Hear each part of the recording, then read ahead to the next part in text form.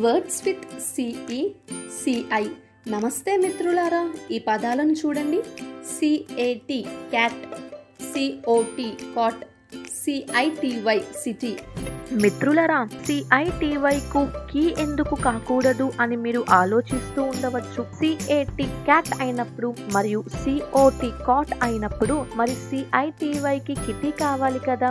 లేదు మిత్రులారా, CITY యొక్క ఉచ్చారణ సిటీ అవుతుంది, కిటీ కాదు, సిటీ. మిత్రులారా, ఒక నియమం గుర్తుంచుకోండి.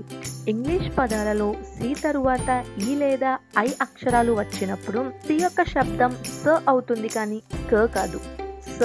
పదండి కొన్ని పదాలు చూద్దాం. పదం ACID. మిత్రులారా గమనించండి, ఈ పదం సి తరువాత ఐ వచ్చింది కావున సి యొక్క శబ్దం క కాకుండా స అవుతుంది. కాబట్టి ACID యొక్క ఉచ్చారణ అవుతుంది యాసిడ్, యాకిడ్ కాదు, ఉచ్చారణ యాసిడ్ అవుతుంది. అదే విధంగా తరువాత పదం చూద్దాం. పదం PENCIL.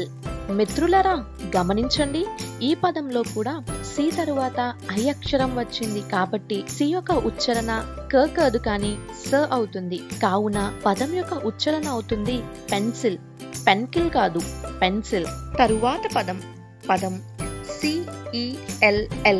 మిత్రులారా, ఈ పదంలో కూడా సి తరువాత వచ్చిన అక్షరం ఈ. నియమం ఏమిటి? కరెక్ట్ గా చెప్పారు. సి తరువాత ఈ లేదా ఐ అనే అక్షరాలు వచ్చినప్పుడు ఎక్కువ పదాలలో సి యొక్క శబ్దం క కాదు కానీ స అవుతుంది. కాబట్టి పదం యొక్క ఉచ్చారణ అవుతుంది సెల్, కెల్ కాదు, సెల్. Words with GE. మిత్రులారా, ఈ పదం చూడండి. GENTS. మిత్రులారా, ఈ పదం మనం చాలా చోట్ల చూసి ఉంటాం మరియు దీని ఉచ్చారణ అవుతుంది జెంట్స్. మీరు ఆలోచిస్తూ ఉండవచ్చు, మనం జి యొక్క శబ్దం గ అని నేర్చుకున్నాము, మరి పదం యొక్క ఉచ్చారణ గెన్స్ ఎందుకు కాకూడదు? మిత్రులారా, ఒక నియమం గుర్తుంచుకోండి. జి తరువాత ఎప్పుడైనా ఈ అక్షరం వచ్చినప్పుడు ఎక్కువ పదాలలో జి యొక్క శబ్దం గ కాదు కానీ జ అవుతుంది. గుర్తుంచుకోండి, జి తరువాత ఈ అనే అక్షరం వస్తే ఎక్కువ పదాలలో జి యొక్క శబ్దం గ కాకుండా జ అవుతుంది. GENTS. ఈ పదం యొక్క ఉచ్చారణ అవుతుంది జెంట్స్, గెంట్స్ కాదు, జెంట్స్. పదండి మరొక పదం చూద్దాం. పదం GEMS.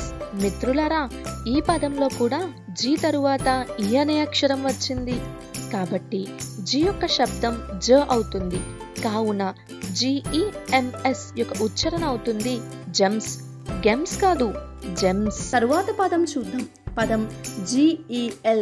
మిత్రులారా, ఈ పదంలో కూడా జి తరువాత ఈ అక్షరం వచ్చింది కాబట్టి ఈ పదం యొక్క ఉచ్చారణ గెల్ కాకుండా జెల్ అవుతుంది.